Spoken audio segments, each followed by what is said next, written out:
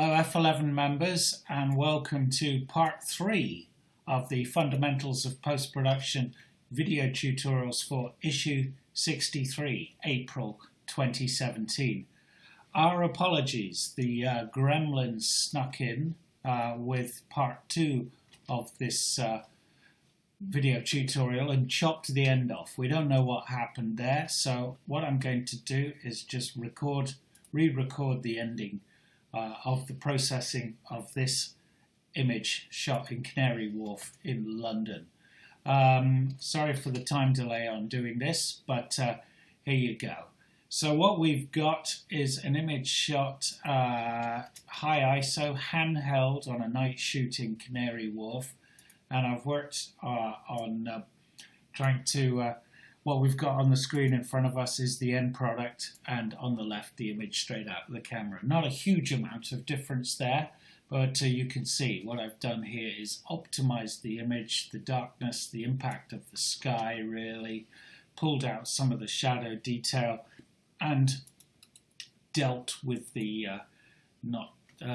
verticals, which as I shot it handheld are not completely all square and true. So let's go back into library mode here. There's the image there. I'm going to go back into develop module, go to loop mode, and I'm going to reset the image back to where I started. I'm going to apply my presets here, my user presets, DMP1, which applies a touch of sharpening and a touch of vibrance. Next thing I want to do is look at how I'm going to straighten this image here. A bit of trial and error usually with this technique, so let's go here to just try my vertical upright, let's try upright, and I'm going to go auto and see what that does to the image. Backwards and forwards, just look at that. And it does quite a good job, but I still need to rotate the image, so I'm going to do that a touch here to make sure everything's square. And I think round to about there works well. That's probably a bit too far, isn't it? Come back a touch. There.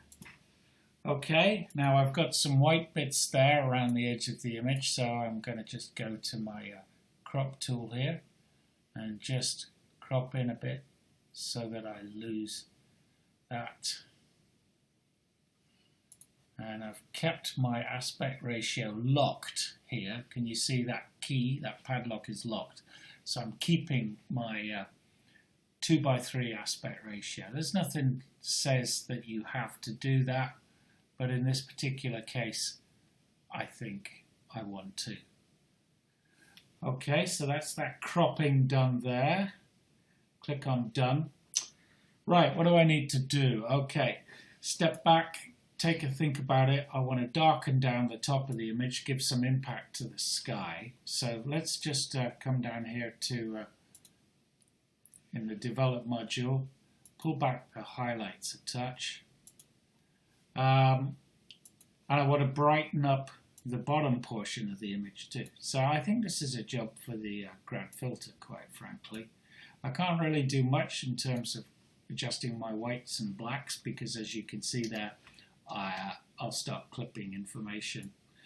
You can see I'm clipping the highlights here in the bright area where those lights are. You have to take a view of this sort of thing. And generally speaking, do we really want to see detail in the brightest part of those images? I think by pulling back the highlights just a touch to about -15 deals with that. Let's now bring the grad tool into operation here. Hold down the shift key and pull it down. So it's just affecting the top of the image really. Quite a soft grad on this. And I'm going to pull back highlights again in this and just add a touch of pull back my exposure as well. And that's really done quite a good job on the giving some impact to the sky, hasn't it? Pull down the grad a bit more, but it's also darkened down the top of this building there a bit.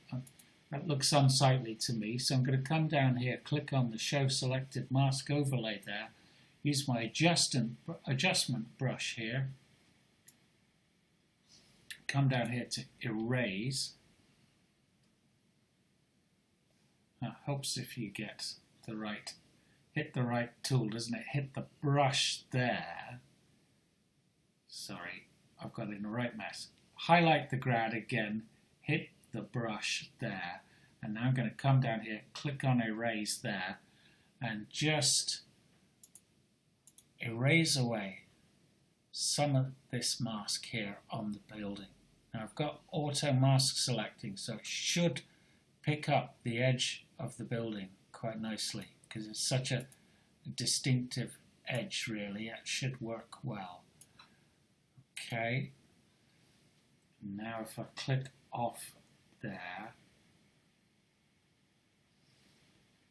that's dealt with that nicely without any unsightly halo in operation. A really useful tool that I use it a lot actually. So let's click on Done there, and now devote my attention to the bottom part of the frame. So I'm going to use the grad tool again here, this time drag it in from the bottom of the image there, and I want to really just brighten that bottom area of the image. So come down here, let's boost the shadows, boost exposure, not too much. We need to make sure everything looks nice and realistic, and put a bit of contrast in there, and that's done it.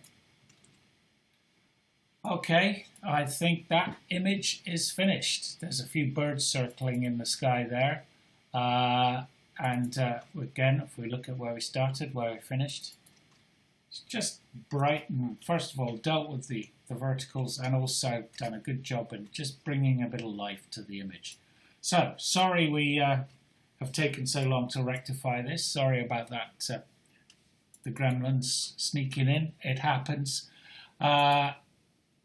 We'll see you in the Fundamentals of Post-Production video tutorials for next issue. Thank you.